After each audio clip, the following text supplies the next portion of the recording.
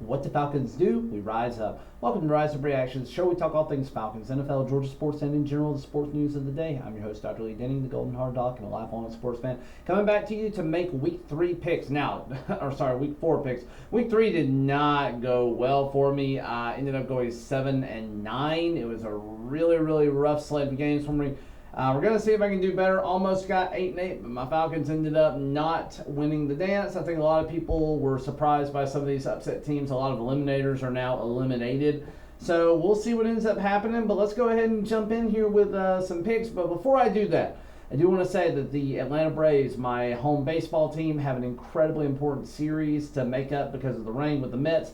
2 more games. We need to win both of them to have a solid lead over the Mets, and then we need to win the series immediately after that. Also need the Arizona Diamondbacks to lose to the Padres, who have already clinched. So Padres, help the Bravos out here and help us get to the playoffs. And Braves, whenever we do get to make up this game, it ain't going to be today because there's hurricane weather coming through. But whenever you do get to make it up in the next week, you got to play well. You got to beat the Mets. Otherwise, let's jump into the games. We're starting with Thursday night football. We have Dallas Cowboys at the New York Giants. Now, New York Giants look like a competent football team this past week, putting up serious points against the Cleveland Browns. Now, Cleveland is not a particularly good team. I don't like Deshaun Watson. They were without Myles Garrett for part of the game.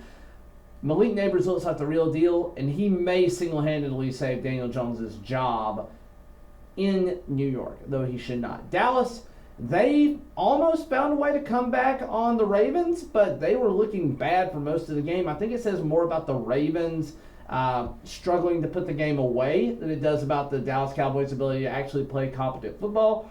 They don't have much of a run game right now. They're leaning on Rico Dowdle. They're leaning on Zeke Elliott. They probably need to start leaning on other people at this point in time. But let's just go ahead and say I wish both of these teams could lose, but I'm going to ultimately pick the Dallas Cowboys in this one. I'm not supremely confident in any way, shape, or form about this one. Then we're going to start off, and it is hate week with the Atlanta Falcons taking on the New Orleans Saints at home. Falcons, we lost a tough defensive matchup to Pittsburgh. We won a gritty Monday Night Football game against Philadelphia, and we lost. I don't know that the Kyle Pitts no call would have mattered that much. If we get the touchdown, after that, it changes the entire dynamic of how the Kansas City Chiefs are playing football, especially if we don't get the 2-point conversion. I fully believe that Patrick Mahomes goes into MVP mode, runs the clock out, maybe kicks a field goal. We still lose that game. But on the end of it, where we did have another chance at it, we did have some bad play calling, but we ultimately hung right there with the Kansas City Chiefs, the best of the best, the team to beat this year. Hung with them, and because of that, I think we have a chance in this game, especially at home. We are going to be down Drew Dalman and down Caleb McGarry, so run game may be a little struggling. But pass game, we're going to have to step it up a little bit. That's somewhere the Saints can be beat. They can be beat on the ground as well. We've got to put pressure on Derek Carr. Derek Carr looked human this past week, and I think that's kind of been the case with him. If you put pressure on him, he looks human. If he has all day to throw, he looks like an MVP. So we got to find a way to put pressure. We got to find a way to put him on the ground. Ultimately, give me the Falcons here. I'm not going to pick against this going against the Saints in a hate week. Then we have the LA Rams at the Chicago Bears. LA, you found a gritty way to win that game this past week. You were down 2, I think maybe even 3 scores at one point. Found a way to beat your division rival in the San Francisco 49ers. Oh, excuse me. Incredible comeback win. I don't think you do it in Chicago. I think Chicago will get a win at home. I think Caleb Williams is going to show out in this game. He had a good yardage this past week, but it was in garbage time. I think the Odunze connection with him is very, very important. We're going to see how DJ Moore does. That defense has to step up. This is a game that I think both of these teams are going to ultimately be losing teams, but at this point in the season anyway. I do like the Rams a little bit more long term, but I think in this game the Chicago Bears are going to find a way to win this one. Then we go to what I think is the game of the afternoon, if you're not counting the Falcons Saints, and that is Minnesota at Green Bay. Now, we still don't have a solid answer if Jordan Love is going to be back, but Malik Willis looked phenomenal this past week. They have worked incredibly to build this offense around him for the time that Jordan Love is going to be out.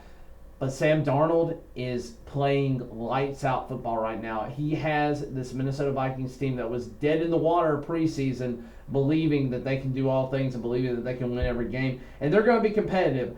I have picked against the Green Bay Packers virtually every single week so far, and it has bitten me in the butt. I am going to go with Tom Grassi's team.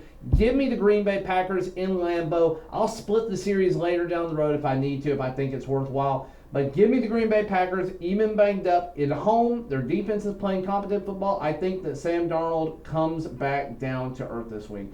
Then we go to the Pittsburgh Steelers at the Indianapolis Colts. Pittsburgh, nobody would have predicted that they would be 3-0 at the start of the season.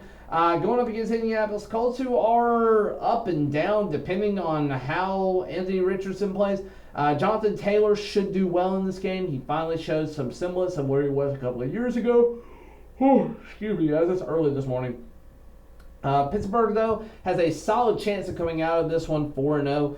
Every fiber in my being is saying to pick Pittsburgh, but because it's in Indianapolis, because I think that they are a fraudulent team overall, I am going to pick Indy in this one. I don't have a great reason for that. Then we're going to go to the Denver Broncos and the New York Jets.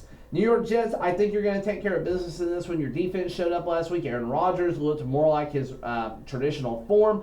And if Aaron Rodgers is playing well, you should not lose this game. Denver, you won a solid game against Tampa Bay. If you play that way, you have a chance here, but I just don't think so. I think you're going to get inconsistent play from Bo Nix. I think that defense will keep this game close, but I think ultimately in New York, with you coming across the country, I do see you losing this game. So give me the Jets.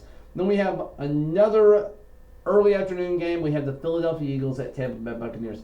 Philly finding a way to win a gritty game against the Saints at the end, almost giving it up to them with a Chris Olave late touchdown, but then Saquon Barkley turning into a beast. Jalen Hurts has been very inconsistent. Tampa Bay showed that they are human and gave a game plan on how to beat them. Tampa Bay is also a little banged up. I think this is going to depend on how well Mike Evans gets worked into the system. He's been kind of poorly worked in the last 2 weeks. He had a great week 1 and not so great week 2 and virtually non-existent week 3. If they can get him involved, they can win this game. But ultimately, I do think Philly is going to win this one. I think they want to avenge their playoff loss from last year. So give me the Philadelphia Eagles over the Tampa Bay Buccaneers. Then we go to the Kitty Cat Bowl. Kitty Goes Meow Cincinnati Bengals against the resurgent Carolina Panthers. Carolina under the Red Rocket. Andy Dalton getting a little bit of a revenge game here, possibly with his old team who let him go for Joe Burrow here. I think ultimately Burrow and his team are better. Burrow played a solid game this past week. Their defense is a little porous. They need to figure out who their running back is. But Carolina, I still think this was a fraudulent game. I think they are better now with Andy Dalton than they were with Bryce Young. And I think they're going to be more competitive, which really sucks for the Falcons because we were supposed to have a couple of easy wins. We always seem to get them after they figured out a thing or two.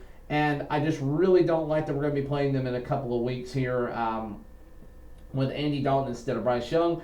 I'm not wishing for injury or anything, but I would like to see them lose a few more. Give me the Cincinnati Bengals here. I just think ultimately the Bengals have to win somewhere, and this is going to be the one that they're circling. If the Bengals can't win here, it is fire sale mode. We are in trouble in Bengals land. Then we go to the Jacksonville Jaguars at the Houston Texans. Houston, you got the crap kicked out of you this past week. And Jacksonville, you got the crap kicked out of you this past week. But between those two teams, the one that I have less confidence in significantly is Jacksonville. Give me Houston. Give me the Strouds. I don't think this is going to be close. Then we go to the Washington Commies at the Arizona Cardinals. Both of these teams are kind of anomalies this year. Everybody had them finishing 3rd or 4th in their division, but they're both coming out playing competent football. The Arizona Cardinals have been in every single game so far. Even they blew out the Rams. They've been competitive in their other 2 losses. I ultimately do think because this is in Arizona, you got a team coming from the East Coast going to the West Coast, and you still have a rookie quarterback going on the road. It's going to be tougher for him. I think the Cardinals will win this one, but this could be an early or a mid-afternoon gem of a game to watch. So it's one that hopefully I'll get a chance to maybe catch up on the score. I will be at the Saints game, so I won't actually get to watch a ton of other football. Then we're going to go to the New England Patriots and the San Francisco 49ers. Now, this feels like a trap game because I just think that New England Patriots got the crap kicked out of them, and now they are in a place where they can potentially turn that around, use that as motivation. They're coming off of a Thursday night football game, so they've had 10 days of rest. 49ers are still banged up pretty bad, and because of the being banged up, I do think it's a trap game, but I do think 49ers, I can't pick against them. I think Brock Purdy played a pretty solid game overall this past week. It's not his fault that they lost the game. Give me the 49ers in San Francisco to win this game. Then we have the Cleveland Browns at the Las Vegas Raiders. And this is basically a toss-up game of two crap bowls. Like this is a toilet bowl this year.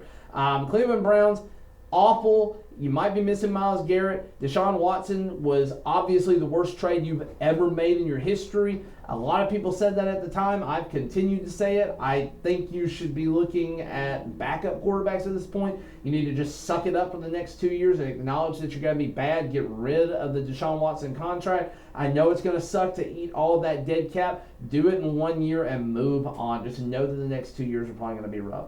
Raiders, you're in a weird position. You got beat by Carolina, and you're probably going to be rocking AOC here, who has a pretty decent connection with Devontae Adams. You need to develop your run game with Zamir White. I don't know who's going to ultimately win this one, but because it's in Las Vegas and for no other reason, I am going to pick the Raiders here. Then we go to the Kansas City Chiefs at the Los Angeles Chargers. Kansas City has been lucky to win their 3 games. They have found, I'm going to say their most complete game was against Atlanta, but still, they were not as competitive as people believed them to be. Chargers, your defense is keeping you in games, but you might be down Justin Herbert, or at least a limited Justin Herbert. You're still dealing with a lot of injuries here. You lost Joe Alt, and you lost, Rashawn Slater in this past game. I don't know if they're back yet. Because there are too many question marks around the Chargers, I am going to pick the Chiefs, so it wouldn't surprise me if the Chargers found some way to upset them. Then we're going to go to the Buffalo Bills at the Baltimore Ravens. Now, Baltimore, you have a high-flying offense at times, and your defense can be very good, but you can't close out games. And for whatever reason, Stephon Diggs being gone seems to have possibly helped the Buffalo Bills, not hurt them. And the Buffalo Bills are playing very good, very competitive, very complete football right now. They haven't been tested particularly hard by anybody other than Arizona, and this will be their first test. Ultimately, though, even though he's never won an MVP, I have a little more faith in Josh Allen's overall ability and their defense than I do the overall Baltimore Ravens team. I think Lamar Jackson will do his best to keep this close. I think he is definitely an MVP caliber player. He's obviously won 2 of them. I do think that Josh Allen, between the battle of the running QBs, I think Josh Allen wins this one. Then we're going to go to the Tennessee Titans at the Miami Dolphins. I think Tennessee gets their first win this week. I think it's going to be incredibly close between backup quarterbacks. Skylar Thompson's out. Tua Tagovailoa's out for the Dolphins. I just don't see, even with all the talent the Dolphins have, I don't see how you win this one. I don't see how you win this game where the Tennessee Titans have virtually been competitive because of their defense and because of all the other positions outside of quarterback. I just don't see how, if you're Tennessee, you don't find a way to limit turnovers and win this game.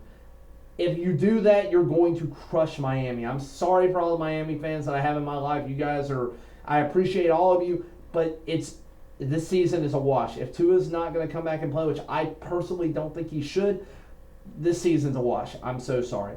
But this is going to be an ugly Monday Night Football game. I think it looked a lot better on paper before the start of the season, and just with all the injuries now, this is going to be a hard one.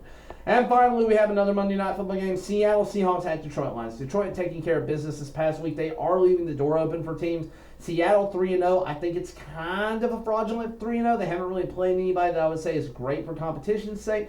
This could be a very close game, but the fact that it's in Detroit and I have more faith in Dan Campbell than I do in McDonald, I think I'm ultimately going to pick the Detroit Lions here, though I think they need to be a little less aggressive on their 4th down calls. I think that's going to bite them in the butt at some point. It obviously did last year in the playoffs. I think that they've got to play a little bit smarter football to win this one, but I do think ultimately they are a slightly better team, though the Seattle Seahawks will keep this competitive. And this is certainly a matchup that you could see again come playoff time. Thank you for watching, liking, sharing, and subscribing. I am trying to get to 500 subscribers by the end of the season. Everyone helps. So thank you so much to those of you who have joined me so far. And as always, rise up.